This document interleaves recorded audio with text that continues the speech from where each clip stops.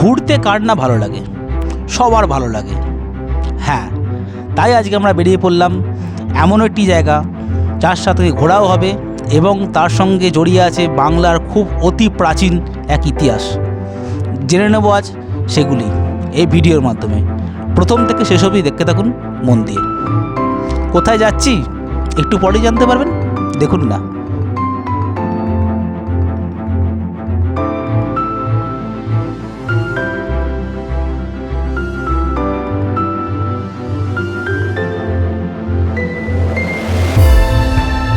আজকে আমরা চলে এলাম হাওড়া থেকে প্রায় 60 কিলোমিটার দূরে অবস্থিত এক প্রাচীন জনপদ। নাম কি তার? পান্ডুয়া।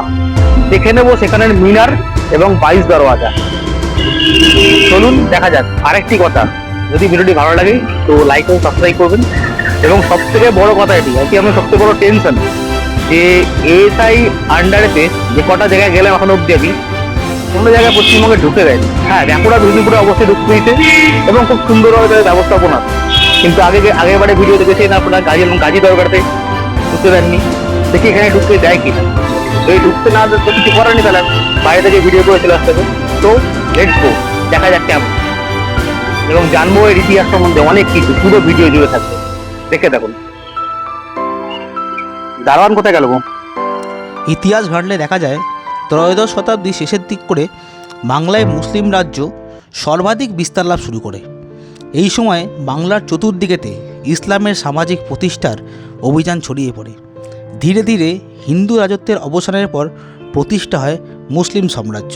আর পান্ডুয়ায় অবস্থিত এই মসজিদ ও মিনার সেই সব ইতিহাসেরই এক অন্যতম সাক্ষী।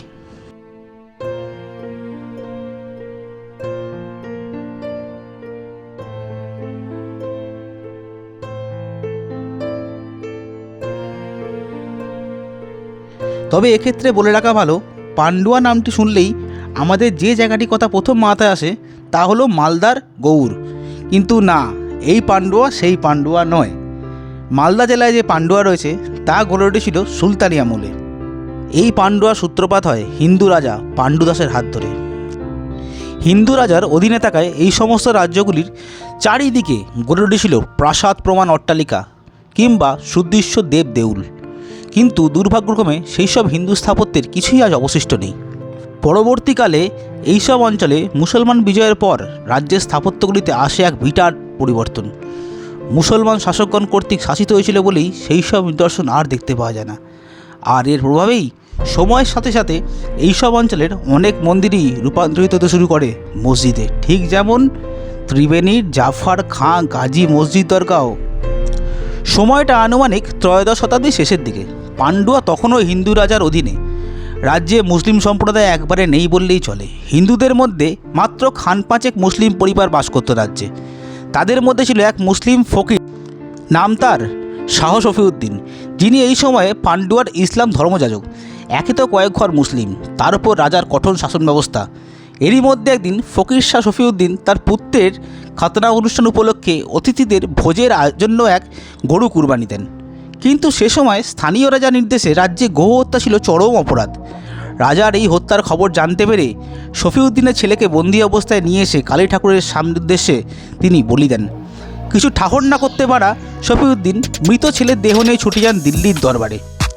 সিংহাসনে তখন সুলতান ফিরোজ শাহ দ্বিতীয় জালালউদ্দিন খিলজি, যিনি খিলজি রাজবংশের প্রতিষ্ঠাতা ও দিল্লির প্রথম সুলতান। এদিকে সম্পর্ক অনুযায়ী শাহ শফিউদ্দিন ছিলেন ফিরোজ শাহের ভাগ্নে। ফলত মৃত্যুর খবর শোনা মাত্র প্রতিশোধের জন্য সুলতান সৈন্য সমত জাফর খাঁ গাজীকে পাঠালেন পান্ডুয়ায়।